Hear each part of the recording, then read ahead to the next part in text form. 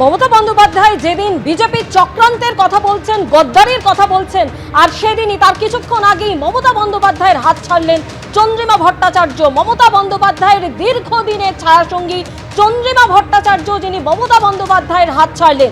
কালীঘাট তৃণমূল ছেড়ে ঋতব্রত তৃণমূলের ছেলের পথেই এবার চন্দ্রিমা ভট্টাচার্য।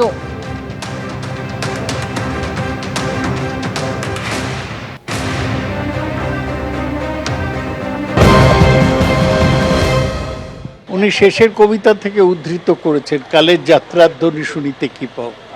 আজকে ওর কাব্যিকতা ওকে আক্রমণ করেছে। হ্যাঁ, কি বলবো, দুঃখিত। এরাই মমতা ব্যানার্জি মুখ্যমন্ত্রী থাকার সময় ভালো ভালো পদ পেয়েছে। চন্দ্রিমা একবার হেরে গিয়েছিল বিধানসভায়, সেইবার মমতা ব্যানার্জি ওকে হাতি থেকে জিতিয়ে এনেছিলেন। কি বলবো, লোকে যদি মনে না রাখে কার থেকে তারা উপকৃত, আমি কি করতে পারি। প্রতিমন্ত্রী ছিলেন, সিদ্ধান্ত নেবেন কি করে? ওর হাতে তো সিদ্ধান্ত নেওয়ার ছিল না। উনি সেটাই মেনে এতদিন থাকলেন, এখন বলছেন কেন? ছেলে চলে যাওয়ার পরে